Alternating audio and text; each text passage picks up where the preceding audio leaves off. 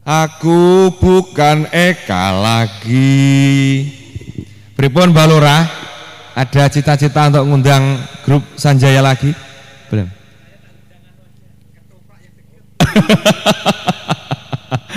Nah iya, mata kamera itu pinter banget sih disasar panggasi rupani kelambi biru. Hai. Tapi serius, itu pengalaman tahun 2020. Saya lewat Solo arah pulang Ponorogo perbatasan. Duh, kok enek you know. Begitu masuk nonton, tak pikir ya seludruk-ludruk biasa. Ndak beres aja ini. Sekadung nyenuk loh. Kok enek jakune ya? Kok ayu. Nah, itu. Ternyata ada Mbak Haru KKW di sana. Luar biasa. Saya sempat tertipu. Alhamdulillah ada saudara-saudara kita yang melestarikan ludruk sebagai kebanggaan. Nah, ini juga penting sekali. Alhamdulillah. Oke, langsung saja kita akan masuk sesi berikutnya. Mengundang Mbak Hime, Mbak Lurah, terus Mas Yanu dan juga Mbak Dian. Monggo untuk tindak ke depan di sini. Kita ngobrol-ngobrol aja, santai-santai. Monggo. Maaf. Nggih, monggo sekarang Mas. Nggih. Monggo. Ya. Kita tunggu. Jadi Mas Yanu ini ikut berperan sebagai apa Mas Yanu di ludruk? Sebagai tukang kerek, manajer. Ora akan naik mikmu, baleni. Cek. Oke. Assalamualaikum warahmatullahi wabarakatuh.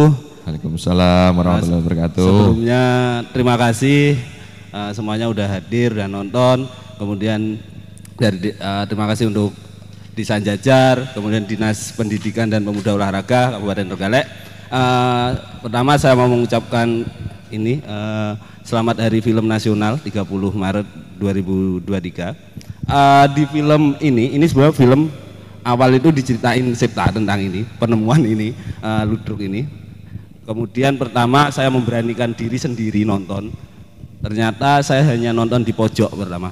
Kalau nggak salah 2019 Mas Sabtu. Malam ya. 2019. Di sini saya sebagai produser dalam film ini. Film ini produksi tahun 2022, dapat support dari Kementerian Pendidikan Republik Indonesia melalui dana Indonesia 6. Akhirnya film ini selesai. Prosesnya selama dari 2019 mulai mengenal teman-teman, mengenal kelompok Suromenggolo, mengenal Mami Eka, Cece dan kawan-kawan. Awal proses ini berdua sama teman saya sutradara Reni, yang saya rasa Reni sebagai cewek punya kedekatan untuk ke teman-teman di ludruk ini. Iku pertama iku Mas. Oke, terus ini yang kalau caranya ngobrol testimoni mungkin teman-teman kalau di sini pemutaran di sini masih sing gumun. Karena di sini nggak ada ludruk, nggak ada yang pemainnya semuanya amfibi. Jadi ini apa sih ini dua alam. Maksudnya kan belum ada lagi ini ketoprak main wedok, lanang memerankan lanang. Nah, kira-kira Mas di luar dari Jajar ini ada nggak testimoni yang paling ekstrim yang pernah sampai dengar? Sebenarnya di Jajar ini adalah pemutaran ketiga, masih pemutaran ketiga. Jadi di Trenggalek pertama ini film ini. Sebelumnya film ini aku ikutkan di festival-festival dulu. Kalau testimoni ya apa ya? Ini ya banyak yang menanyakan apakah itu asli perempuan. Ya pasti ya. Kemudian bagaimana cara saya mendekati, maksudnya mendekati bukan mendekati itu ya, bisa deket sama teman-teman ketoprak ludruk ini bagaimana? Ikut sih Mas, lebih bagaimana aku sebagai orang baru kok bisa ada kedekatan seperti itu. Selama 19 berapa sih? 2 tahun 3 tahun 3 tahunan. 3 tahun. Ada perasaan yang berbeda, Mas? Gini, lucu ini. Ya orang ngerti kan, 3 tahun coy.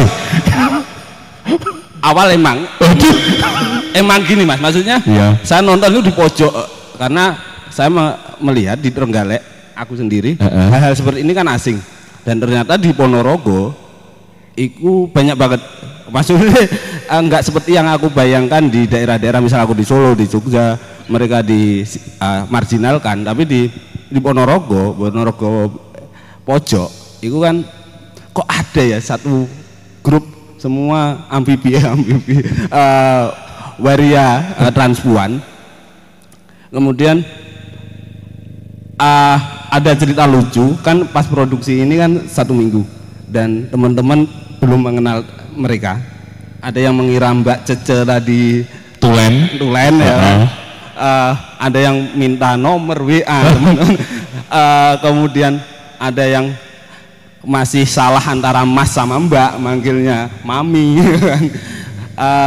Itu cerita-cerita yang menarik. Bahkan ada yang temanku, untung seleranya teman-teman nggak seperti aku ya. Ada yang teman-teman sampai di WA nih. Sampai di WA nih. Karena yang dicari sebenarnya bukan anak teman-teman usia 30 ke atas, tapi lebih 30 munggah ya. Jadi lu enek duitnya timbang sing nom-nom ini gitu. Oke. Sahurannya caranya oleh Mami ya. Oke, menarik banget ya. Kita sambung lagi nanti. Kita geser ke Mbak Dian ini. Ini Mbak Dian, kira-kira yang paling menarik apa ini yang bisa dibagikan ke teman-teman Jajar? Baik, sebelumnya Assalamualaikum warahmatullahi wabarakatuh. Mungkin sebelum saya memberi beberapa perspektif kaitannya 6 film yang sudah diputar tadi, mungkin ada beberapa kawan-kawan yang belum mengenal saya sedikit percaya diri dan cukup narsis, jadi saya perkenalkan diri dulu. Perkenalkan, saya Dian Mening Tias, saya seorang penulis. Adapun untuk beberapa genre tulisan saya itu tidak jauh dari konteks feminisme ataupun isu-isu perempuan dan juga gender. Jadi konteks dalam pemutaran 6 film tadi, kalau Mas Septa tanya hal apa yang menarik yang bisa dibagikan kepada warga Jajar, saya rasa semuanya menarik. Artinya apa? Setiap karya itu adalah anak ideologi. Jadi setiap karya itu, setiap detiknya itu memiliki spirit tersendiri. Jadi kalau misalkan orang tua memiliki 4 anak, itu saya rasa tidak ada anak yang paling spesial, tapi setiap anak itu memiliki keunikan sendiri. Karya saya rasa juga seperti itu. Itu yang sedikit prolog kaitannya dengan pemutaran film kali ini. Tentu kalau kita bicara mengenai poin-poin dalam setiap film nanti ada sendiri. Nah, berhubung hari ini tinggal 30 Maret ya Mas, Hari Film Nasional, saya ucapkan selamat Hari Film Nasional. Artinya dalam titik ini Desa Jajar sudah memberi apresiasi dan juga kontribusi terhadap dunia perfilman Indonesia. Beri tepuk tangan kepada Desa Jajar. Kemudian yang kedua, ini mewakili dari teman-teman yang hadir di sini. Desa Jajar masuk 500 desa wisata yang ada di Indonesia. Saya rasa Jajar bisa dikategorikan sebagai salah satu kiblat apabila desa-desa tetangga, misalkan saya berangkat dari Desa Ngembel. Desa Ngembel tidak ada desa wisata. Hal yang bisa dipantik dari Desa Ngembel misalnya, karena kita bicara konteks mengenai desa antar desa, yaitu kontribusi yang bisa diberikan pada desa. Misalkan gini, Desa Jajar mampu mendirikan desa wisata, desa saya tidak, tapi desa saya bisa menyuplai misalkan souvenir, buah-buahan dan yang lain sebagainya. Jadi titik tekan ini tidak serta-merta berdiri sendiri, tapi ada sebuah ekosistem itu. Oke, terima kasih. Oke, Ngembel dan Jajar ya. Ini bisa dilanjutkan belum? Boleh. Jangan gimmick dulu, nanti gimmicknya. Oke, penonton kita kan ngenut. Kalau serius-serius kan nggak seru, jadi bercanda juga. Terus kaitannya dengan ke-6 film, nanti Mas Septa mantik ya. Saya dibimbing, soalnya saya sering lupa. kaitannya dengan keenam film, karena saya di sini duduk perempuan sendiri, tentu hal yang tidak bisa lepaskan dari perspektif saya, yaitu saya ingin membidik kaitannya dengan perspektif perempuan yang hidup dalam konteks itu. Jadi perempuan tidak bisa dilepaskan dari konteks kultur masyarakat. Jadi kalau tadi saya sudah ngobrol sama Bu Nurma, perempuan itu memiliki keunikan yang mana tidak bisa dimiliki oleh laki-laki. Tentu perempuan juga tidak bisa menjadi laki-laki, gitu loh. Tapi perempuan bisa multitasking. Jadi tadi salah satu film Benalu, perempuan bisa mencitrakan diri sebagai sosok yang tabah dan juga mampu menyimpan luka batinnya, sementara dia dirongrong oleh tekanan sosial karena ketidakmampuan dia mendidik anak yang secara sosial misalkan maco seperti itu. Itu mungkin sedikit dipantik dulu. Sedikit. Oke. Kita dulu oke celakon nih ngasihan. Ya. Kita lanjut aja dulu ini. Nanti tak simpen satu persatu dulu. Nanti kita kembali urut-urut. Saya ke Mbah Ime iki. Ini Mbah Ime. Kira-kira setelah ada film-film semacam itu, ini pertanyaan pertama. Mbah Ime menonton film-film semacam ini kategorinya sering, biasa, apa blas, apa Enggak, jawaban jenengan tak kaitkan karo pertanyaan berikutnya. Terima kasih Mas Septa. Perkenalan, perkenalkan. Saya ucapkan selamat datang semuanya. Saya berterima kasih warga kula sedaya, teman-teman termasuk dari Tulungagung juga ada, dari Kediri ada, dari Trenggalek, dari rumah disabilitas yang luar biasa, semua datang. Saya berterima kasih. Jadi nonton film malam hari ini saya mendapatkan banyak ilmu, Mas. Itu kan bagi saya ya ada hal-hal baru gitu. Selama ini yang kami lihat adalah film-film sinetron sih gitu kan. Jadi film-film sing enek ning gone TV kayak gitu, dengan adanya film seperti ini kan timbul memancing untuk berpikir kenapa seperti ini gitu kan. Nah, ini harapannya dengan nonton film yang berkualitas seperti ini, saya rasa film-film yang diputar malam hari ini berkualitas, memunculkan pertanyaan-pertanyaan, termasuk masalah misalkan hubungan anak dengan orang tua, termasuk orang tua bagaimana melihat anak, bahwa anak itu ternyata punya kemerdekaan sendiri, punya masa depan sendiri, tidak bisa dipaksa oleh orang tua itu kan. Ini juga cara pandang baru melihat terhadap anak-anak kita. Dengan film yang diputar malam hari ini, saya sangat berharap film yang berkualitas ini bukan hanya tontonan tapi bisa menjadi tuntunan begitu ya. Saya rasa Bu Yanti ya malam hari ini bisa mengambil Ibu ya hikmahnya ya, termasuk Mbah Kaji, ada Pak RT ini membuka memori masa lalu. Jadi waduh, memori apa lagi nih? Jadi Loroso film yang terakhir ini, film karyanya Mas Yanu, film karya Mas Yanu tentang ludruk gitu kan, itu membuka memori orang-orang Jajar, kaum-kaum yang sekarang ini kayak Pak RT, kayak seniman kayak Mbah ini bapaknya Pak Pri ini gitu kan. Ini karena dulu ludruk itu juga ada Mas di desa sebelah di Wonorejo itu. Ludruk era tahun pinten gini kok. Amfibi tahun juga 90-an. Iya. Oh iya, amfibi juga. Oke. Saya masih kecil sih, jadi kula taksih alit. Terus tapi kula mireng niku kok nggih kata sing gandrung ngoten lho. Terus nggih gandrungnya itu kalau di film tadi era sekarang itu gandrungnya itu malah justru pelakunya kepada masyarakat. Kalau dulu warga yang nonton ini gandrung ngono kan. Cara zaman saiki yo njaluk nomor WA-ne terus WA-WA-an kan nonton. Nek rumiyin duka mengki mbah-mbahnya niku kerjane cerita piyambak pengalaman ini. Jadi ini membuka memori Mas, membuka memori ingatan tentang ludruk itu. Selebihnya ludruk ini di desa kita juga ada dulu. Ceritanya begitu. Ceritanya ada daerah yang sudah lama tapi bukan yang amfibi kayak gitu. Mungkin itu. Oke. Dan itu bukan hanya sinetron ya, ternyata film-film seperti ini juga ada ya Mbak ya, menarik. Dan juga ternyata neng dunia luar sinetron yang dilihat tentang perselingkuhan, tentang opo, akhirnya jadi ini tidak serta-merta sebab akibat sebetulnya ya Mbak ya. Jadi masalah-masalah sederhana yang diangkat itu aja bisa mengenal malan. Nah kira-kira kalau di Jajar ada cerita apa ini? Tadi saya lupa, Bu perawat desa saya ini tadi lupa itu kan.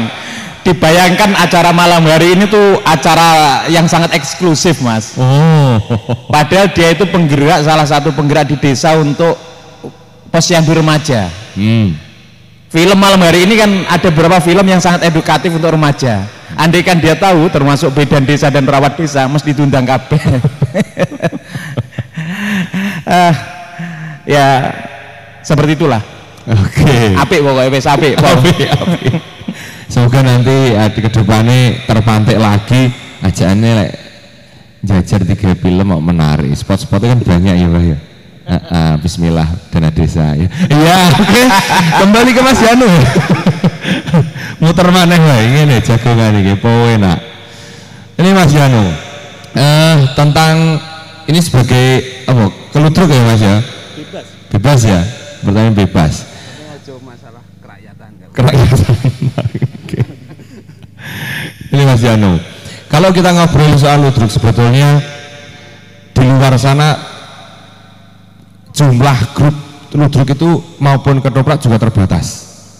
Nah, kira-kira ada kemungkinan nggak sih kalau kita membuat film tentang ludruk ini akhirnya memicu tumbuhnya grup-grup yang lain? Oke, gini Mas, saya riset, Mas, baca-baca tentang ludruk pertama. Ludruk itu kan yang di sini ada ludruk tobong. Ludruk tobong adalah ludruk yang bertempat di suatu tempat pindah-pindah. Jadi di lapangan dan di mana-mana pindah-pindah. Kemudian tersisa 2 di Indonesia dan itu di Ponorogo. Dan teman-teman Suromonggolo ini menghadapi dilema bahwa tempatnya ini mau dibikin waterboom untuk aset desa, taman desa itu mau dibikin waterboom. Sebenarnya di film ini pun saya melihat bahwa bagaimana pelestarian teman-teman transpuan. Jadi di ludruk itu identik dengan travesti sebenarnya. Perempuan yang pria yang berdandan perempuan di panggung. Jadi itu ludruk identik dengan travesti. Untuk ini semangatnya teman-teman bagaimana kesan transpuan itu tidak identik dengan negatif, maka mereka gabunglah ke seni ludruk. Hal-hal itu terjadi juga di Ponorogo, bagaimana identik kebudayaan, ada di sana ada jatil. Jatil dulu adalah cowok yang berdandan perempuan, awalnya jatil untuk mengelabui musuh untuk peperangan. Kemudian ada pernah dengar yang namanya gemblak, marok gemblak, itu identik dengan Ponorogo. Dan kenapa mereka dalam tanda kutip bisa diterima di Ponorogo? Dan nggak hanya orang asli Ponorogo di teman-teman itu, bahkan banyak yang luar kota. Kemudian mereka tidak diterima lagi di keluarganya, mereka hidup di sana, mereka sudah sepuh. Kemudian bagaimana nanti ada yang versi satunya film yang akan datang, bagaimana memakamkan teman-teman ini, solidaritas Mbah. Jadi teman-teman yang mengurusi ada teman-teman di ludruk ini yang udah sepuh kemudian mau meninggal dan sebagainya, mereka punya makam sendiri untuk teman-teman. Oh ya? Ya. Wah menarik. Itu nanti ada di film yang versi panjang teman-teman. Sabar, mungkin berapa tahun lagi. Gak selerem Mas ya? Iya. Munculin deh. Oke, banyak poinnya. Terus goalsnya dari film ini apa sih? Gini. Sebenarnya kalau goals dan sebagainya, aku sebagai filmmaker membantu teman-teman mewakili keresahan mereka. Agar semua tahu bahwa ludruk yang tobong masih ada dan mereka masih bisa berkarya, tanda kutip berkarya di ujung nadi ya Mas ya, maksudnya penonton pun ya mbah-mbah, sepuh-sepuh dan sebagainya. Aku membantu teman-teman Suro Menggolo dalam hal bagaimana isu mereka, perasaan mereka bisa sampai ke teman-teman Jajar misal, bagaimana bisa sampai ke seluruh Indonesia dan target luar negeri, atau bagaimana mereka tersampaikan melalui saya atau melalui film ini. Itu sih Mas, saya sebagai media saja, media bagaimana ini loh ada, mereka juga bisa bertahan. Itu kalau wah kedepannya bagaimana, nggak, ya tugas saya mengabadikan itu Mas. Oke, dan sudah terlaksana Mas ya, malah lebih banyak wawasan yang didapat itu ya. Oke, kembali ke Mbak Dian ini tentang perempuan. Saya masih tertarik kalau saya arahnya malah ludruknya sebagai titik fokusnya. Nah ini Mbak Dian, ludruk itu dengan kemasannya yang kebetulan, bukan kebetulan ya, memang di Suro Menggolo ini travestinya memang menjadi pekerjaan sehari-hari, sampingannya salon dan sebagainya. Nah ini ada isu apa di situ sebetulnya untuk soal perempuan di sini? Baik, sebelum membincang kaitannya perempuan, ada titik menarik ketika kita bicara mengenai ludruk, kemudian siapa yang memperagakan. Kita bicara pada konteks demokrasi saja ya. Teman-teman yang dalam masyarakat itu dikategorikan, tadi Mas Yanu menyebut apa? Transpuan gitu. Itu kan ketika masuk bilik suara, mereka dihitung satu. Tapi kenapa ketika di masyarakat mereka suaranya hanya didengar setengah? Oh, transpuan seperti itu. Padahal ketika mereka masuk pada bilik suara, menentukan kebijakan pemimpin, mereka dihitung satu. Nah, titik-titik semacam ini saya rasa perlu untuk digarisbawahi. Artinya apa? Ketika Mas Yanu membidik ludruk, nah mereka itu dalam konteks masyarakat itu juga makhluk manusia dalam konteks masyarakat yang memiliki karya.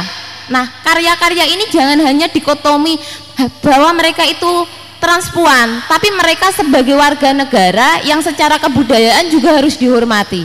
Itu mungkin kalau tadi menyinggung kaitannya salon, nah kita tentu bisa secara rasa teman-teman ketika datang ke salon, ketika didandani perempuan atau laki-laki dan kemudian transpuan, kita akan sepakat bahwa ketika yang mendandani itu transpuan itu secara secara rasa itu lebih cantik, lebih ganteng itu.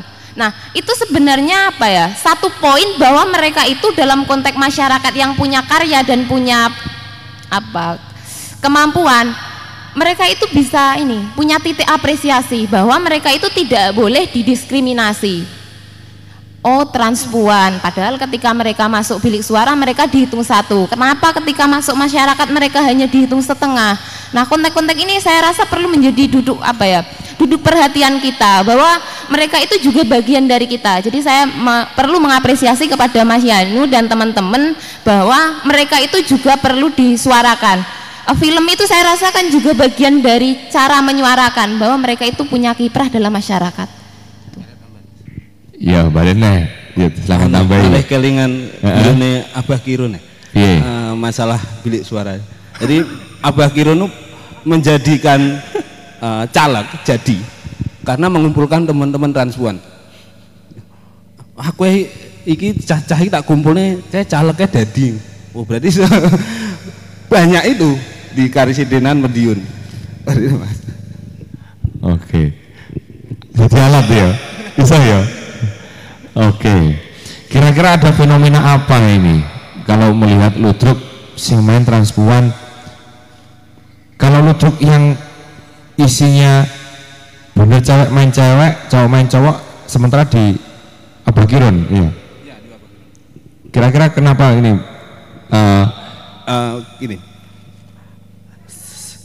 Saya mengambil pelajaran. Abah Kirun udah punya metode bagaimana dia pelestarian dan pengembangan. Kita bisa lihat di film ini bagaimana Abah Kirun itu arsipnya sampai tertata seperti itu. Itu salah satu poin. Kemudian ada ada metode lagi selain pelestarian ludruk yang pakem, dia ada juga ludruk digital. Jadi ludruk dipangkas nih maksimal 30 menit, targetnya adalah YouTube. Kemudian biar teman-teman anak muda, kemudian cerita-ceritanya ya cerita kekinian, seperti itu cara pelestarian dan pengembangan dari Abah Kirun. Kemudian kalau ngomongin ludruk kan identik dengan Jawa Timur pasti ya. Ludruk dari Jawa Timur yang masih ada, kemudian ISIS kan kita bisa lihat Mojokerto, kemudian daerah Malang Selatan itu masih ada ludruk. Lah kalau obong ya seperti ini, bagaimana mereka bertahan dikasih inovasi-inovasi apa lagi, dan ceritanya karena mentok seperti itu dan penonton juga akan bosen. Hal itu jadi dilema di teman-teman Suromenggolo. Oke. Sebagai penulis ini Mbak Dian ini terkait dengan film yang bisa menyuarakan ini, kira-kira kalau jangan kan sebagai penulis ini, ada isu apa sih yang lagi hot hari ini yang kira-kira bisa diangkat untuk menjadi film? Baik, ini kembali pada titik berangkat saya. Ini seperti jebakan Batman ya, karena saya tadi bilang kan sebagai penulis, sekarang ditanya kaitannya dengan konsistensi sebagai penulis. Jadi begini, kalau kita bicara mengenai konteks kepenulisan, tulisan itu kan sejatinya pesan. Jadi hal-hal apa saja yang ingin kita gali kemudian kita tuang agar orang itu membaca. Nah, cara penyerapan baca itu kan tentu tidak sama sebagaimana film. Kenapa kita kemudian duduk di sini? Ini kan cara kita mendudukkan perkara seperti itu. Nah, kalau Mas Septa bertanya kaitannya isu hari ini, itu ada banyak sekali. Misalkan tadi ada judul yang kaitannya dengan Bapak Polah Anak Keprada. Nah, kalau hari-hari ini tentu kita sudah tidak asing dengan anak polah Bobo Keprada. Nah, televisi kita kan sedang mencitrakan itu hari ini. Tapi kenapa kita kemudian menarik untuk membahas Bapak Polah Anak Keprada? Nah, ini sebenarnya adalah titik poin yang jarang kita sadari, bahwa antara orang tua dan anak itu memiliki keterkaitan. Artinya apa? Ketika orang tua itu melakukan tindakan yang tidak bernilai negatif misalkan, secara tidak langsung anak itu juga akan menerima akibatnya.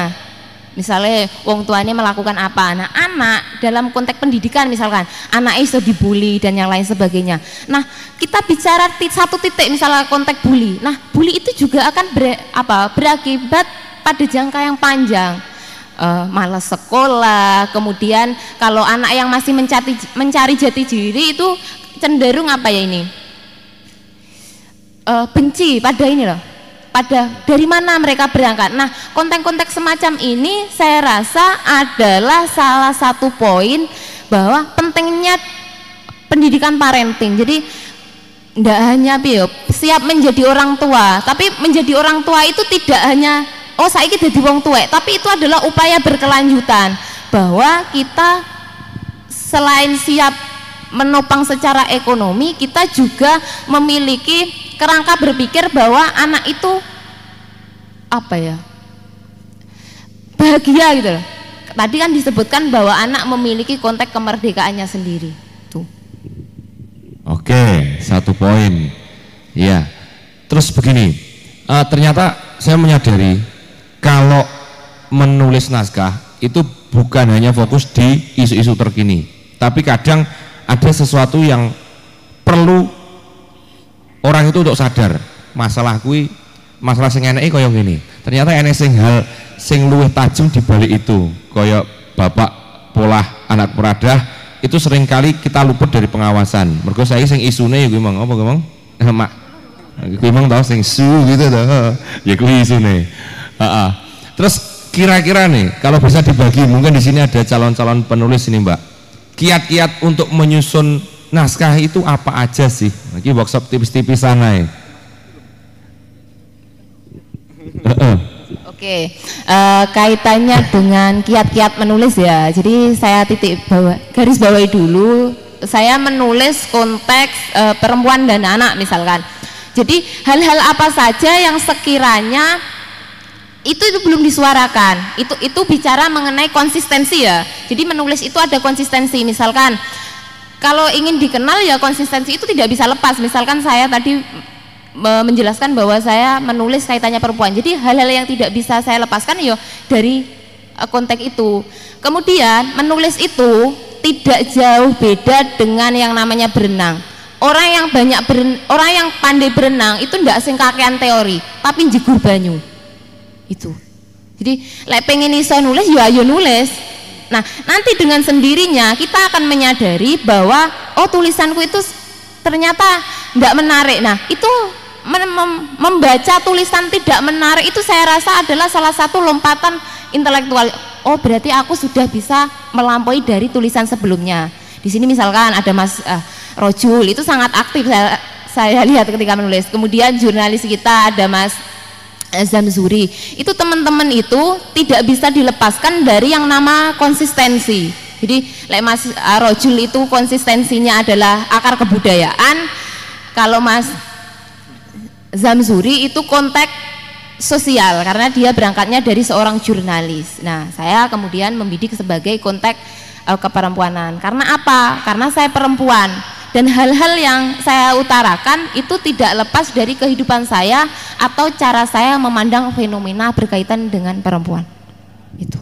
Oke, itu tadi poinnya sebetulnya tak sasar, soalnya di sini teman-teman banyak yang suka menulis dan kemungkinan lek kon nulis ya iso kira-kira. Nulis film, nulis naskah mungkin perlu dicoba gue. Iya, ingin aku ono pasukane. Pasukan. Ya lah ono sing tanya. Oh boleh, oke. Saya terakhir putaran Mbak Hime lagi ini. Habis ini silakan tak kasih kesempatan untuk bertanya teman-teman. 5 pertanyaan cukup? Yanu? 3 pertanyaan, 5 pertanyaan. Dipersiapkan bagi yang mau tanya. Mbak Hime, soal desa ini, kita rencana kan udah masuk mau ke 5 besar desa wisata ini. Amin. Harus positive thinking dong. Harus positive thinking. Kira-kira kalau kita sudah ada pemutaran nih, ada nggak kiat-kiat lain yang berhubungan dengan sinema di desa ini? Sekilas saja, surat wah tiba-tiba. Ada banget Mas. Ono banget. Apa maneh? Sejak saya juga bersinggungan dengan Yanu belakangan ini salah satu saling bergesekan. Iya, Mas Yanu ini bergesekan secara pemikiran itu hampir tiap malam sampai subuh saya peras ilmunya saya gitu kan. Alhamdulillah beliau memang salah satu putra terbaik bangsa bagi kami yang di Trenggalek ini saya akui yang masih punya idealisme sampai hari ini. Tentang profesionalitas pokoknya ya itulah memang bidangnya seperti itu, sebagaimana Mas Septa lah. Jadi memang dia masih punya idealisme, itu yang saya suka, sebagaimana juga Mbak Dian. Malam hari ini saya pengen mengapresiasi Mas, selain Mas Yanu itu ada teman-teman yang suka mendokumentasikan Jajar gitu kan, juga mengarsipkan bahasanya gitu. Ada Zamzuri ini sejak awal saya jadi kepala desa ini awal banget, mungkin beliau juga belum setenar sekarang di kabar Trenggalek, beliau sekarang sudah kancahnya sudah mahal lah gitu kan. Pokoknya chat WA belum selesai kalau gitu kan, belum surat resmi gitu ya. Kalau dulu ya Kenjajar ini sebagai pijakan awal beliau mengabdikan diri untuk gini Mbah, caranya untuk mengarsipkan desa agar desamu itu punya branding keluar, itu malah saya banyak belajar dari dia. Alhamdulillah Jajar 3 tahun berjalan ini juga mulai dikenal, dapat kepercayaan teman-teman luar sehingga datang ke sini termasuk panjenengan, Mas Septa, Mas Yanu, Mbak Dian. Ketambahan juga ini ada generasi baru yang dari hasil KKN yang selama 1 semester di Jajar yang kebetulan juga suka menulis. Alhamdulillah jejak digitalnya bisa dilihat. Ini si Rojul ini dan teman-temannya alhamdulillah sampai menulis salah satu buku profil desa, semacam babat yang gagal tapi profilnya berhasil. Itu profil Jajar Gumregah. Ini saya berterima kasih sekali kepada anak-anak seperti ini sebuah tinggalan intelektual, warisan intelektual yang sangat bagus ke depan. Jadi soal bagaimana Jajar ini dengan pancingan Mas Yanu, Mas Septa 3 tahun yang lalu di Ngumbulan, saya melihat Ngumbulan bukan hanya tempat tempat yang kalau rutinan tiap tahun untuk buat tiban, tapi bisa jadi menjadi studio alam mungkin Mas, saya tawarkan gitu ya. Oke. menarik. Menjadi tempat untuk setting film lah Mas Yanu ya. Siap. Melihat di film beliau tentang profil Desa Jajar Gumbrega itu bagus sekali. Saya mengapresiasi ngutang rasa Mas Yanu. Digolene ya ning kene ra apa-apa, enek sing anut oke ning kene. Iya, betul. Lucu. Aku menarik ya lihat view-nya Eman loh rantang tiga ini film. Iya. Oke, sekarang kita kasih kesempatan untuk teman-teman bertanya. 3, monggo silakan yang mau bertanya kepada siapa boleh, bebas saja.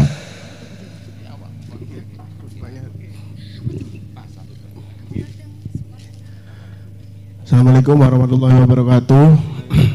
Selamat malam, Rahayu. Langsung saja. Ini sebenarnya saya ingin sedikit menanggapi sama nanti ingin bertanya juga, khususnya sama Mas Yanu. Ya, cukup apa ya? Ya sangat bagus sekali, dan ini adalah awal saya lihat film ini. Karena ya mungkin kalau di sini nggak ada ya mungkin belum melihat film ini. Dan yang paling tertarik di film ini adalah di film Benalu sama Ludruk karyanya Mas Yanu tadi, itu sangat bagus banget. Karena ya alhamdulillah saya asli Jombang Mas, dan sejak kecil juga saya suka Ludruk, sering dibelikan kaset Ludruk sama bapak saya. Dan memang saya akhir-akhir ini juga sering lihat-lihat Ludruk itu apa sih, gimana sih, karena di Jombang sendiri ada Cak Dur Hasim ya, yang cukup melegenda dalam kancah Ludruk. Lalu Ludruk dari dulu sampai sekarang itu memang ya sangat, perjalanannya sangat panjang dan cukup terjal juga.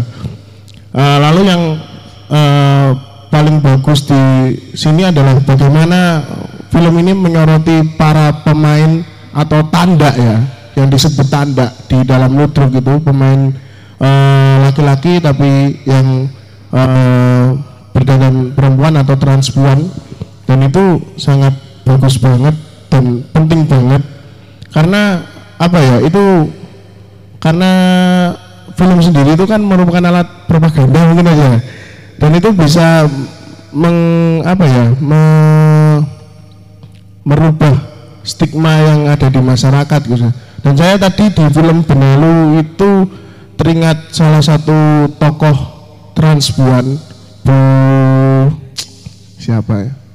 Sinta kalau nggak salah, pemilik pesantren transpuan. Itu sangat keren banget gitu loh. Ya mulai dari isu agama, sosial dan lain sebagainya, orang-orang seperti ini sangat dilupakan ya, dan sering mendapatkan intimidasi. Dengan film ini sangat membantu gitu. Nah, pertanyaan saya adalah di Mas Yanu, karena tadi sudah menyebutkan di bulan Maret ini tanggal 30 ada Hari Film Nasional. Kira-kira panjenengan tanggal 30 nanti itu ada kegiatan enggak gitu? Ya. Terima kasih. Terima kasih Mas Inten. Mas Komar. Terima kasih Mas apresiasinya di film ini. Sebenarnya banyak hal-hal yang belum terframing juga dalam film ini, dan kita ngomongin sebuah film dokumenter tidak lepas dari subjektivitas. Jadi bagaimana keterpihakan pembuat film pada subjek. Jadi bagaimana aku melihat teman-teman tanda ini bukan aku jadikan objek, tapi bagaimana aku menjadikan teman-teman sebagai subjek. Jadi aku hadir di sana bukan untuk mengobjektifikasi teman-teman, tapi aku datang ke sana untuk membantu teman-teman dan hadir untuk teman-teman transpuan di Ludruk itu. Makasih Mas, 30 Maret selamat Hari Film Nasional untuk semuanya. Aku berharap film Ludruk ini akan ketemu tempat bermain yang banyak, ketemu banyak penonton. Akhirnya pesan atau bagaimana keresahan teman-teman di Suromenggolo bisa ketemu penonton lebih banyak. Dan terima kasih Mas apresiasinya. Kemudian itu sih bagaimana spirit teman-teman Suromenggolo tanda itu akan aku bawa ke teman-teman di Krida Film, bagaimana kita jujur dalam berkarya dan jujur dalam membuat sebuah film. Itu sih Mas.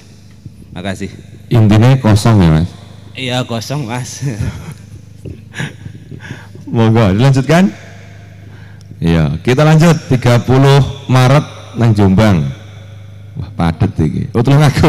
Iya, engko pitung belakang layar wae. Lagi ada pertanyaan? Monggo, raise up your hands. Ya, oke. Monggo. Oke, matur nuwun waktu yang telah diberikan. Sebelumnya, Assalamualaikum warahmatullahi wabarakatuh. Alhamdulillah, sunnah salam saya sudah dijawab oleh Mas Widi. Ucapan terima kasih sebelumnya kepada Dinas Dikpora dan teman-teman yang sudah membawa malam ini layar bawah bukit, kita melihat sebuah pemutaran film yang sangat bagus, yang sangat subjektif untuk dilihat. Dari beberapa film yang diputar pada malam hari ini, ada beberapa film yang membuat kula banyak bertanya atau banyak sesuatu hal yang membuat kula belum puas. Salah satunya adalah di film Benalu, Telur Setengah Matang, dan ini apresiasi ludruk dahulu kini dan nanti. Untuk sebuah film Benalu ini adalah sebuah di masyarakat itu adalah sebuah sesuatu hal yang menjadikan seorang perempuan harus sabar, harus mampu menjadi transgender, sebuah lelaki dan perempuan untuk mendidik anak agar mampu diterima di masyarakat, dan akhirnya dengan kesabarannya perempuan itu mampu untuk menjadikan anaknya diterima di masyarakat. Ini nanti ada beberapa pertanyaan. Terus yang Telur Setengah Matang, ini adalah salah satu mungkin ada di profesi saya, tugas saya untuk membangun di remaja, dan ini sangat mengena. Andaikan mungkin ada satu pertanyaan tentang Telur Setengah Matang ini atau nanti untuk bahan diskusi kita, yaitu siapa yang perlu disalahkan dalam konteks telur setengah matang ini, atau lelaki atau perempuan. Itu perlu kita, menjadi diskusi kita, karena selama ini yang menjadikan tanggung jawab, kalau saya amati ketika kejadian-kejadian ini ada di lingkungan kita, yang menjadi beban tanggung jawab ini adalah seorang lelaki yang dituntut ketika ada kejadian hamil sebelum nikah, itu yang paling dituntut, diburu-buru adalah seorang lelaki. Tetapi perlu kita lihat balik, siapa yang perlu disalahkan, perempuan atau lelaki atau kedua-duanya, karena masalah ini tidak bisa ditanggung oleh perempuannya saja, dan juga tidak bisa disalahkan seorang lelaki yang harus bertanggung jawab penuh ketika lelaki itu harus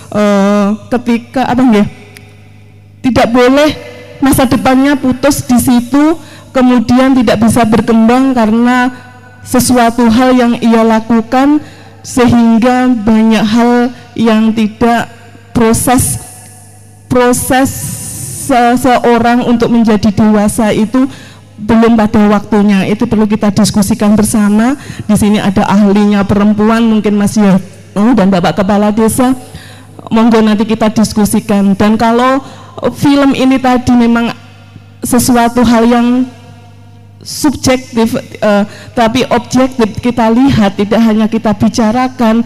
Mungkin saya benar kata Mbah Lurah, saya mengundang posyandu remaja yang ada di Duren Ngajar, dan pertanyaan saya tentang ini, bolehkah atau bisakah pemutaran film seputar pendidikan remaja ini nanti kita agendakan dan kita datangkan sesuai dengan karakter penontonnya.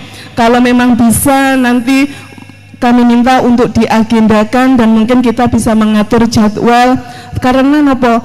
Ketika saya mengadakan penyuluhan tentang seks bebas, tentang kenakalan remaja, tanpa ada contoh film, tanpa ada contoh objektif yang bisa dilihat, jarang sekali kita bisa mengekspresikan atau napa nggih. Kadang kalau kita cuma ngomongnya, alah cuma ngomong saja, tapi ketika ada bukti-bukti yang bisa kita lihat, kita bisa tersentuh, mungkin pemikiran atau hal-hal yang bisa itu bisa terurai dari penonton. Terus untuk ludruk dahulu kini nanti, ini apresiasi untuk Mas Yanu, selamat sudah menjadi produser film. Semoga nanti kedepannya banyak produser-produser film yang akan lahir dari pemikiran panjenengan, dan tidak hanya ludruk saja yang menjadi budaya, tapi banyak budaya ternyata yang bisa kita dahulu, kini, dan nanti, yang nantinya mungkin juga akan terhempas oleh zaman. Untuk itu monggo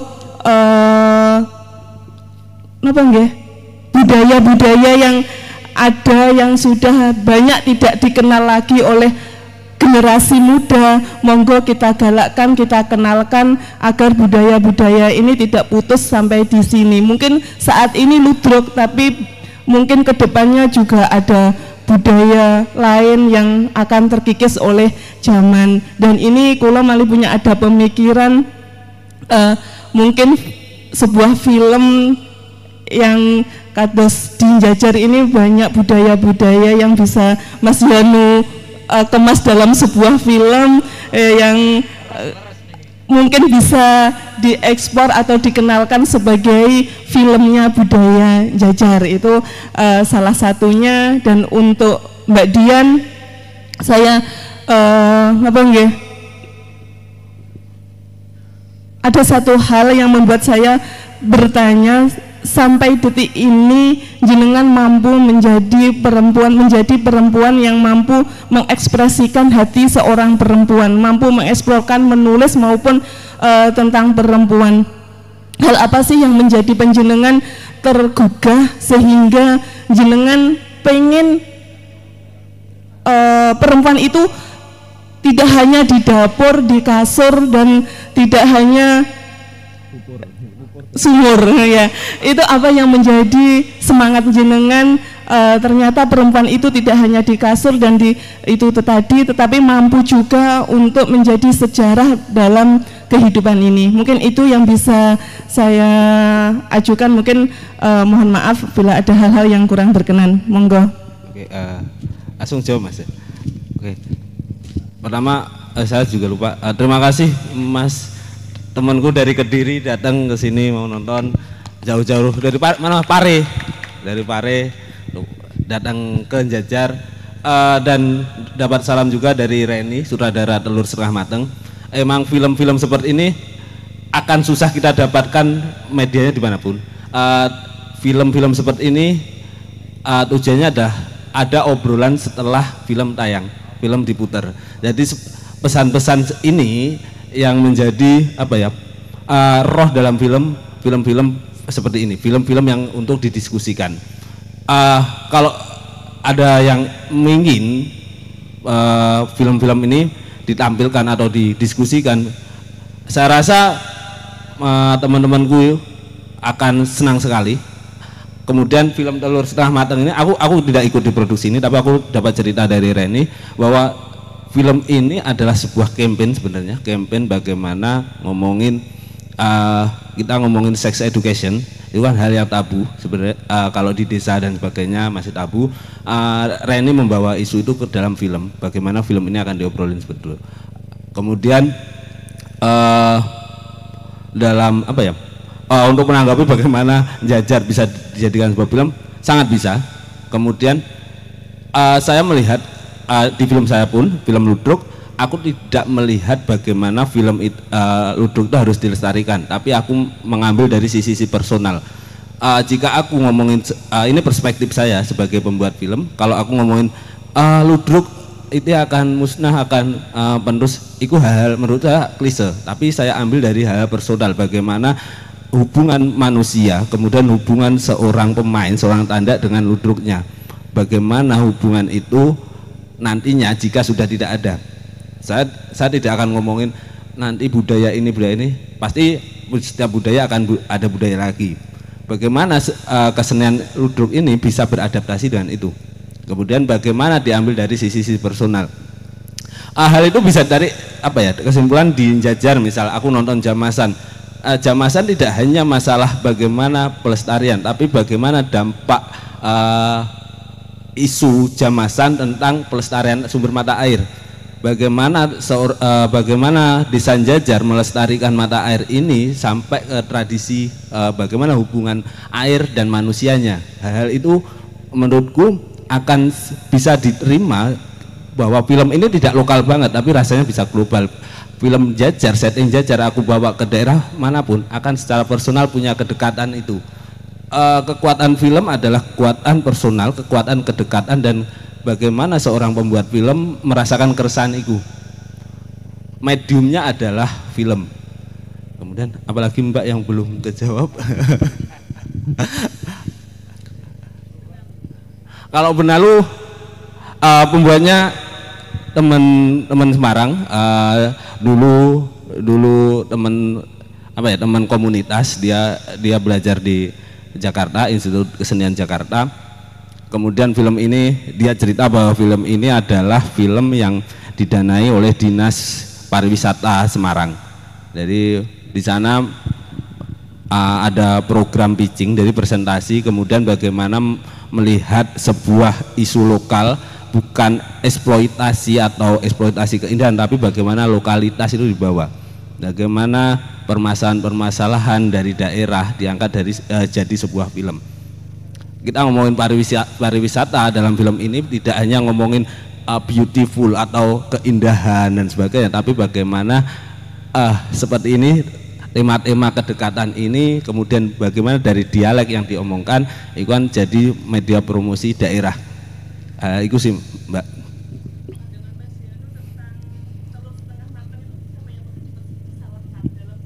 Waduh, aku tidak bisa mempersalahkan dan sebagainya. Kalau dari perspektifku, aku pembuat film, ya isu dan permasalahan ini ada. Bagaimana penonton melihat ini? Aku tidak bisa mempersalahkan cewek atau cowok, tapi di sini ada hal-hal ini dekat. Mungkin warga sini mungkin ada mengalami seperti itu, Mbak Lurah nggak tahu juga. Itu pasti di tetangga saya juga ada hal seperti ini. Cuma bagaimana permasalahan ini kita obrolin, kita diskusikan yang masih belum. Maka banyak ya itu dekat secara personal, ini dekat. Tapi aku tidak bisa melihat ini yang salah cowok cewek karena saya tidak ada di bidang ini dan saya tidak film ini. Mungkin geser ke Mbak Dian, ada pertanyaan yang menarik yang harus diulas ini. Mengapakah? Monggo.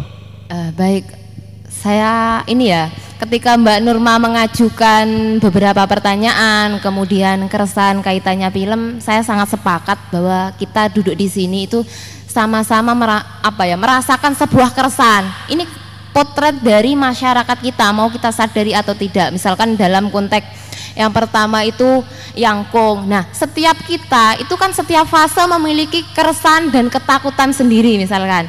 Kemudian dalam konteks Benalu, tadi dicitrakan bahwa dalam konteks Benalu perempuan harus menafkahi anak sebagai perempuannya bekerja di karet, kemudian dia mendapat stereotip dari pasangannya bahwa kalau dia tidak bisa mendidik anak secara benar, maka anak itu akan ditarik kepada dia untuk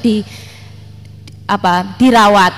Nah, dalam konteks Benalu sebenarnya kita sedang merasakan keresahan sebagai seorang wanita. Nah, nyapa kok menjadi resah? Karena wanita dalam konteks itu dituntut untuk mampu membiayai, kemudian juga dituntut untuk mampu merawat. Padahal anaknya dalam hal itu sedang terbawa arus globalisasi, dia menjadi tadi kukunya dicat, kemudian dia joget-joget dan yang lain sebagainya. Nah, konteks anak dalam potret film Benalu itu kan sebenarnya menggambarkan bahwa si anak itu sedang ini terbawa pengaruh globalisasi, bahwa dia ingin cenderung feminin seperti itu. Nah, hal-hal semacam itu kan menjadi keresahan kita. Sudah mampukah kita mendidik anak-anak kita sebagaimana yang diharapkan oleh masyarakat dan lain sebagainya itu. Namun dalam bagian belakang itu dia, si ibu itu kan ditanya anak ada masalah apa, dia bilang padanya tidak ada apa-apa. Artinya di sana kan sedang menggambarkan bahwa ibu itu mampu menelan lukanya sendiri. Ada apa-apa, tidak ada apa-apa bagi perempuan itu sebenarnya ada apa-apa. Bagi laki-laki seperti itu ya. Jadi kalau perempuannya ditanya tidak ada apa-apa, itu sebenarnya ada apa-apa tapi malu atau gengsi untuk mengungkapkan gitu, Mas. Kemudian dalam konteks telur setengah matang, tadi Bu Nurma menggarisbawahi siapa yang disalahkan ketika kita bicara mengenai potret anak-anak kita, masyarakat kita yang notabene adalah mereka yang kemudian dalam konteks pendidikan tapi harus putus sekolah karena secara hubungan mereka sudah melampaui batas kan seperti itu. Sebelum kita berbincang mengenai siapa yang perlu disalahkan, kita harus menarik diri pada titik mana kita berangkat. Nah, kita berada di Indonesia. Indonesia itu tidak bisa dilepaskan dari konteks patriarki. Jadi konteks patriarki itu yang memposisikan laki-laki sebagai dominasi, kemudian perempuan sebagai subordinat, manusia kelas 2. Nah, dari konteks dominasi dan subordinasi saja sudah bisa ditarik bahwa ketika dalam relasi hubungan perempuan nuntut si laki-laki, perempuan perlu dinafkahi dan lain sebagainya. Nah, hal semacam ini saya rasa tidak akan selesai dalam konteks diskusi kecil, tapi ini adalah pemantik kita bahwa ketika kejadian ini terjadi di masyarakat, misalkan tadi kan dicitrakan 2 anak yang masih sekolah, perempuan itu jauh lebih rentan daripada laki-laki. Satu, secara konteks pendidikan, ketika perempuan hamil, perempuan akan malu untuk melanjutkan pendidikan, laki-laki tidak. Dalam konteks sosial, ketika perempuan menikah, secara pernikahan mereka sama-sama belum matang. Nah, konteks belum matang ini dalam konteks masyarakat itu kan dicitrakan sebagai ekonomi. Nah, ketika si laki-laki belum bisa bekerja, perempuan lagi yang repot. Karena apa? Karena dia orang yang paling lekat dengan anak. Jadi misalnya susunya habis, garamnya habis, kemudian si laki-laki secara sosial memang belum dewasa dan belum mampu secara finansial. Nah, hal semacam ini menyebabkan perempuan kemudian bisa terjerumus pada hal yang tidak diinginkan. Jadi pernikahan usia dini itu sebenarnya adalah bom waktu. Jadi saya kebetulan itu kan mengambil penelitian kaitannya dengan pernikahan ya, karena jurusan saya adalah hukum keluarga. Jadi di Trenggalek tingkat perceraian tertinggi itu didominasi oleh mereka yang secara pernikahan itu tergolong masih muda, dan tingkat perceraian itu terjadi paling banyak adalah rentang usia 5 tahun ke bawah. Dari sini kan bisa dijelaskan, artinya ketika menjalani pernikahan sebagai sesuatu yang sakral, mereka itu sebenarnya belum siap. Entah itu berangkatnya yang kata orang itu kecelakaan atau komitmen, tapi jika secara sosial dan psikologi itu belum matang, mereka belum siap. Itu jadi kalau siapa yang perlu disalahkan ya ini adalah titik introspeksi diri kita sebagai orang yang dalam konteks masyarakat dituakan bahwa kita bisa menggiring opini agar anak-anak kita semua itu bisa ini berhasil tuh atau tidak terjebak. Kemudian apa lagi? Oke, kenapa saya menulis konteks perempuan ya? Kalau singkatnya saya karena perempuan. Tapi gini, akan saya utarakan kaitannya kenapa saya mengutarakan nyapa Dian kok menulis konteks feminisme, konteks perempuan seperti yang saya bukukan dalam Menjadi Perempuan Desa dan Transformasi Sosial misalkan. Nah, dalam konteks masyarakat patriarki ini tidak bisa saya lepaskan karena saya berduduk di sini sebagai masyarakat Indonesia. Nah, perempuan itu memiliki tingkat kerentanan. 5 kerentanan, salah satunya adalah misalkan standar ganda. Standar ganda bisa dialami misalkan yang sudah berkeluarga atau bekerja. Perempuan mengalami kekerasan standar ganda ini salah satunya gini. Ketika mereka bekerja di ranah publik, mereka masih dituntut untuk piawai dalam ranah domestik. Jadi dhisik masak, kemudian harus profesional kerja. Tapi kenapa laki-laki tidak dituntut seperti itu? Itu kan menjadi pertanyaan lagi. Padahal jika kita bicara konteks masyarakat atau konteks manusia, keduanya sama-sama memiliki skill. Masak itu skill bertahan hidup loh, bukan hanya dilabelkan kepada perempuan. Artinya harus ada kesadaran bersama itu.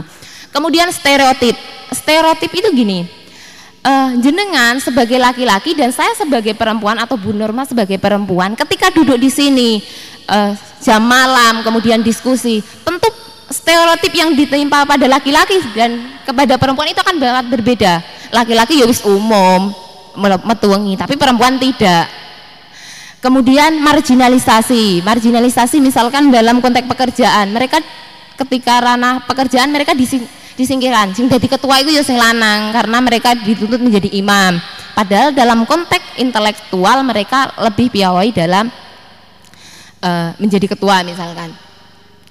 Nah, hal-hal semacam ini itu menjadi titik berangkat saya. Nyapa sih aku kok harus menulis perempuan? Karena ada banyak sekali perspektif yang ingin saya suarakan. Misalkan saya sebagai masyarakat desa.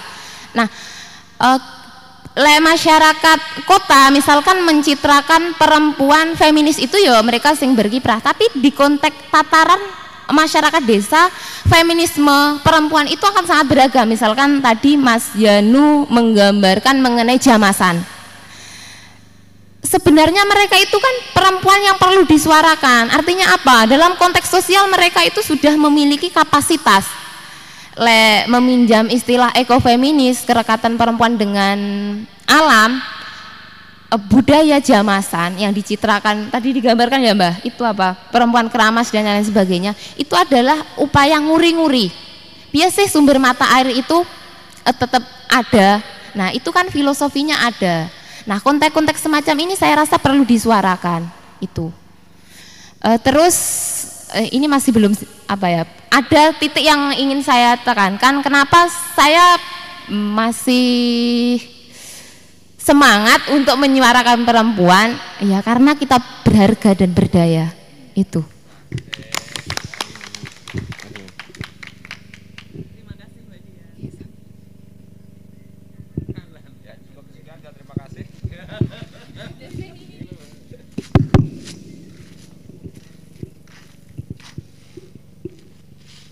Terima kasih. Last question. Siapa? Oh, ini enggak apa iya gitu.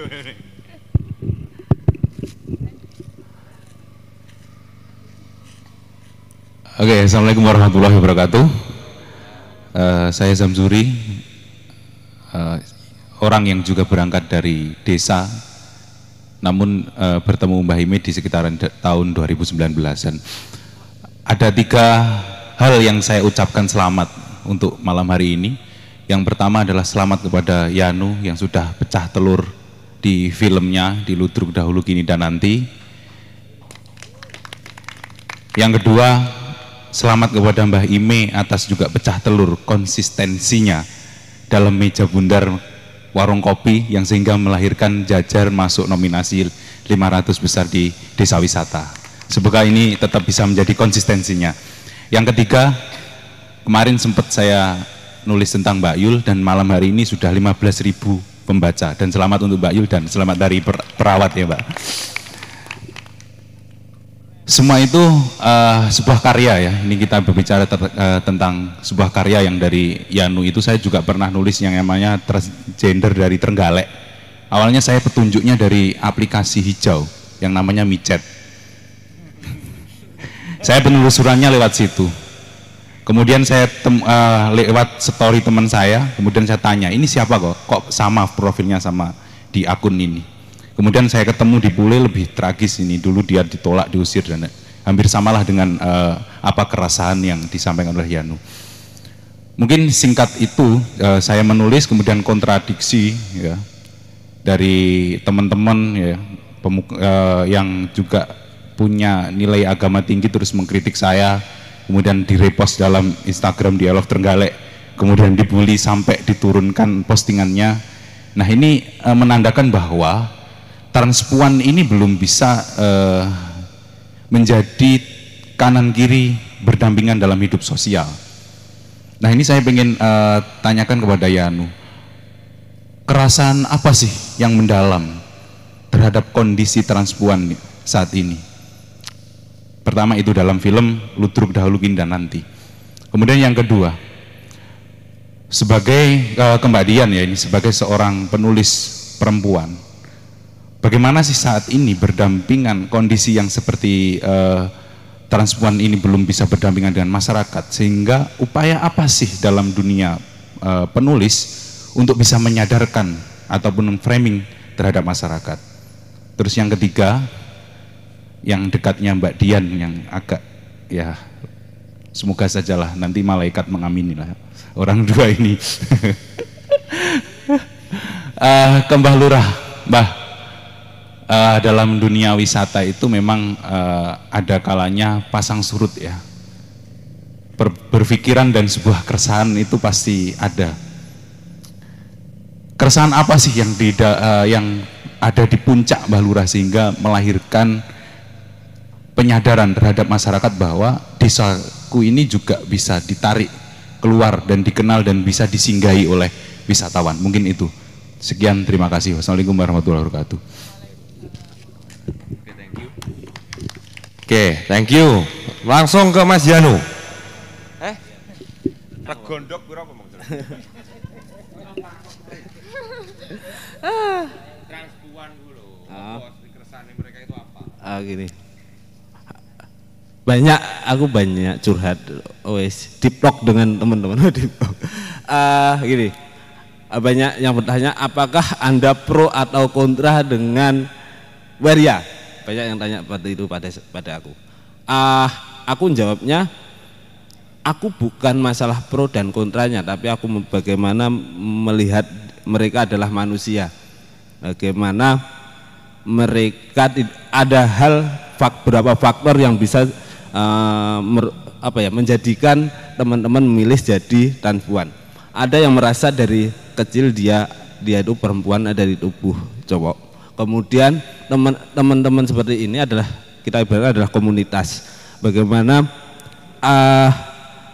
ada transpuan yang dikatakan negatif, pasti citra transpuan akan negatif.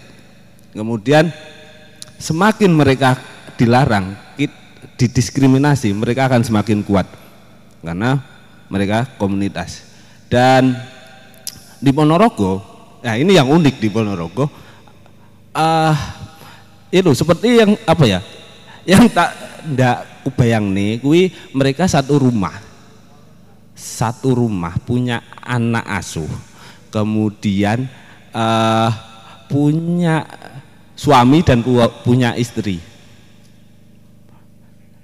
Ada scene juga yang enggak aku tampilkan di sini. Mereka ikut pengajian, ikut organisasi Islam di sana. Kemudian diantar suami apa istri yo, ngono kae. Suami ke pasar dan mereka fan-fan mami apa kabar bla. Itu awal aku bertanya-tanya, oh ternyata ada kaitannya dengan bagaimana kebudayaan di Ponorogo, bagaimana tentang gemblak, warok, sehingga mereka merasa kok di Ponorogo bisa diterima nih, kita bisa diterima. Dan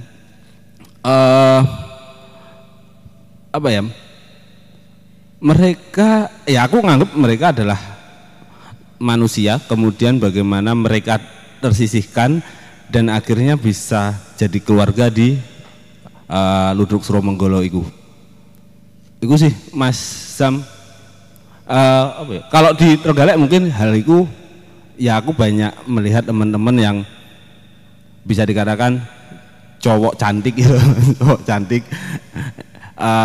Kemudian mereka akan apa yo nang kene iku akeh nggak dicap kuwi ketika mereka berkesenian, mereka dari sinden, dari apa kuwi nang nyanyi ngono kuwi, mereka akan berubah dicapnya jadi nggak seperti negatif.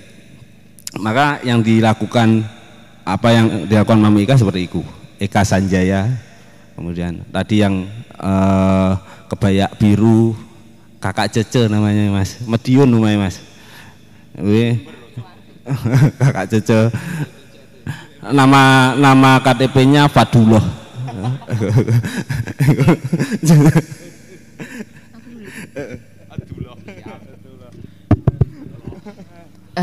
Baik, menyinggung kaitan pertanyaannya dari Mas Damsuri tadi, jika saya garis bawahi pertanyaannya adalah bagaimana peran kita sebagai penulis berkaitan dengan konteks transpuan. Sebenarnya selain transpuan kita juga mengenal transpria kan gitu. Di dalam konteks orientasi seksual itu kan ada banyak sekali jenisnya. Jadi mereka yang memiliki kecenderungan jadi laki-laki, atau mereka yang memiliki kecenderungan jadi perempuan, atau dalam konteks keagamaan saja kita mengenal yang namanya kutsa, yaitu orientasi ketiga. Itu. Jadi kalau bicara mengenai kontribusi kita sebagai penulis, kita bisa menyuarakan hal-hal apa saja sih yang bisa dilakukan mereka dan itu memiliki efek yang positif. Kalau Mas Yanu tadi menggambarkan kaitannya ludruk, nah dari konteks ekonomi saja mereka ketika berkesenian selain nguri-nguri budaya, mereka juga bisa menyukupi finansial.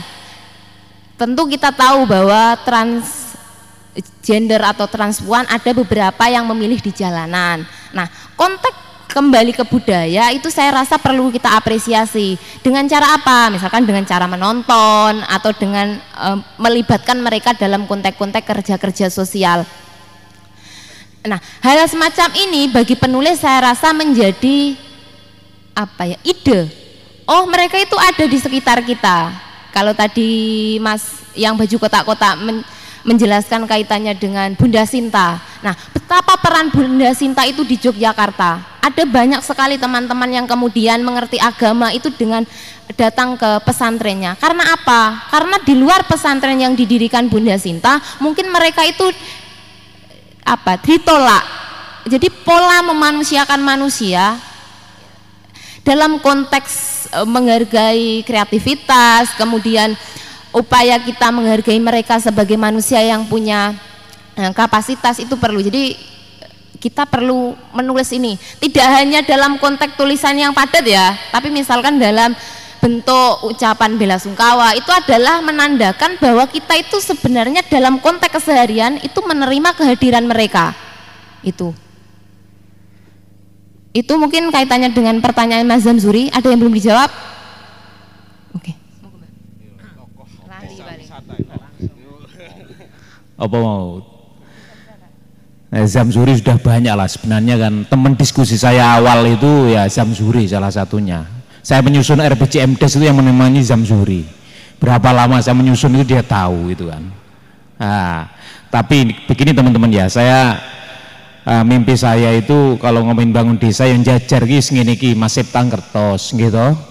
Jajar ki dulu ya dikenal IDT, desa tertinggal gitu ya. Desa ini sepi, pinggiran, sedikit tertutup gitu kan. Sekarang pun masih seperti inilah gitu kan. Mimpi itu kemudian kadang saya baca gitu kan, kalau Cak Nun nulis Indonesia adalah bagian dari desa saya misalnya gitu ya. Terus kemudian saya terinspirasi jajar lah iso sejajar dengan desa-desa lain gitu kan. Dan saya punya mimpi jajar ini bisa menempatkan siapapun dalam kondisi sejajar. Makanya tak amoni karo jenengan dengan teman-teman, saya siap menjadi tikar, saya siap menjadi karpet, saya siap menjadi sajadah buat jenengan-jenengan di Jajar. Jadi siapapun di sini, Jajar adalah tempat untuk menumpahkan unek-unek jenengan, ruang publik seperti malam hari ini, seperti yang sudah-sudah gitu kan. Ini harapan kami. Siapapun bisa datang, duduk bersama, duduk sejajar. Apa itu kontribusinya nanti kepada masyarakat? Masyarakat kami tentu akan mengikuti pola-pola yang baik, nilai-nilai yang dibawa oleh teman-teman dari luar, kemudian Jajar yang sudah punya tradisi turun-temurun itu akan dilestarikan dan kemudian akan mengideal gitu kan, dengan adanya budaya dari luar yang dibawa oleh teman-teman aktivis, teman-teman yang baik ini. Nah, yang pada ujungnya mimpi kami sebenarnya pengen Jajar sejahtera. Iya, penghasilan ini, mimpi desa wisata ini akan terwujud gitu kan, bahwa Jajar adalah salah satu tempat yang akan disinggahi. Ini bukan mimpi lagi, tapi Jajar adalah tempat yang nyaman, tempat yang aman, tempat yang ramah bagi siapapun. Jadi disinilah akan menghabiskan uang nantinya di Jajar salah satunya gitu kan. Itu ya, mohon doanya teman-teman ya. Inilah mudah-mudahan Jajar menjadi salah satu desa yang bisa sejajar dengan yang lainnya, salah satu desa yang gumbergah dalam slogannya yang katanya kemarin dapat tagline tambahan, desa sejuta senyuman. Monggo bersenyum. Teman-teman kayak Mas Budi, Mas Indra, ada lagi Mas Depri, Pak Ripki, saya minta terus ayo sinau ya, dalam waktu dekat kita bikin event ya, agar Jajar semakin gumbergah. Salam Jajar gumbergah. Piji tiba. Nah, terima kasih.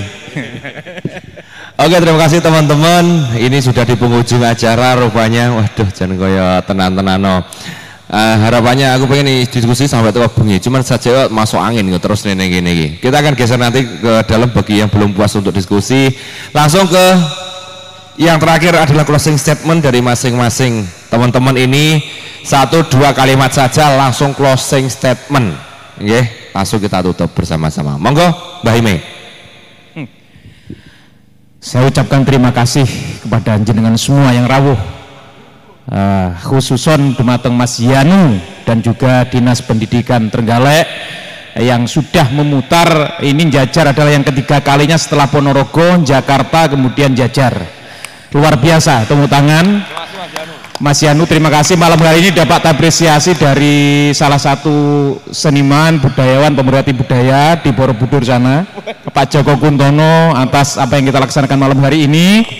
Juga dapat apresiasi dari Gus Harimurti, salah satu aktivis kemanusiaan di Surabaya. Beliau yang cukup sangat familiar dan terkenal banget, itu wis ngapresiasi banget kegiatan malam hari ini. Mudah-mudahan terus bisa berlanjut. Jangan waleh-walehnya Mas Dian, Mas Dian, Budian, Mas Yanu, kemudian Mas Septa dan teman-teman semuanya. Saya siap Jajar sebagai tempat. Kulon pun jenengan. Ojo lali nulis ya Samsuri ya. Rojul dan teman-temannya Mas Komar, siapapun teman Jajar terus berlatih menulis. Karena apa? Tanpa Anda meninggalkan tulisan buat desamu akan hilang. Kegiatan mampu sejuta kegiatan tanpa ada yang mendokumentasikan, kita akan hilang oleh sejarah. Nah, maka dari itu saya berterima kasih atas siapapun yang mengarsipkan, yang mendokumentasikan. Akan kelak ketika kalian nanti meninggal akan saya saksikan kalian salah satu orang yang terbaik. Allahu Akbar. Terima kasih.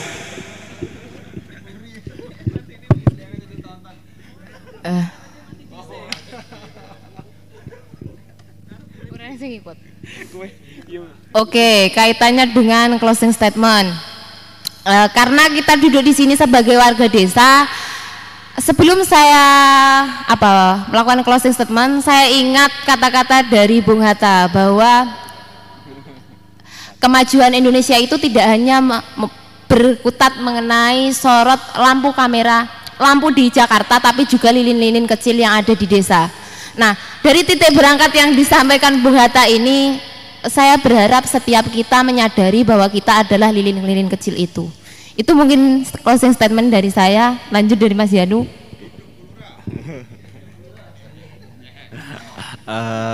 Apa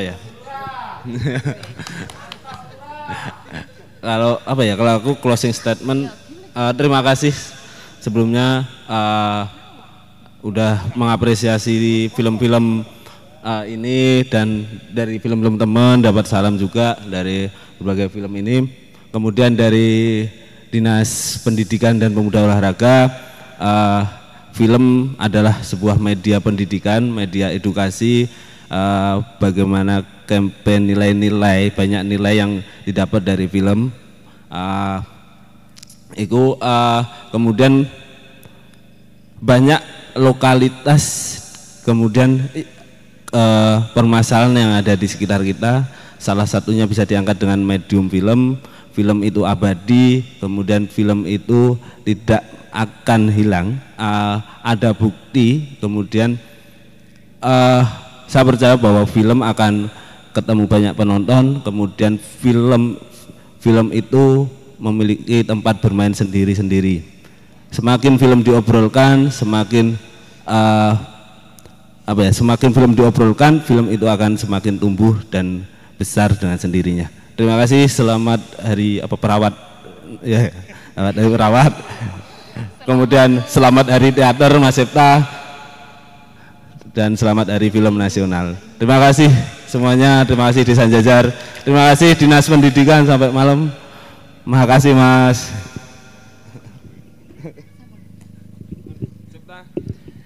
Oke, terima kasih. Kembali kami ucapkan untuk seluruh kerabat kerja yang bertugas, kami dari Krida Film dan juga Kabul Cultural Space, terima kasih untuk Dinas Pemuda, Olahraga dan Pendidikan. Waduh, lak wales podo sak dinase Tuturi Andayani, juga pemerintah Desa Jajar, terima kasih. Akhirul kalam, wassalamualaikum warahmatullahi wabarakatuh.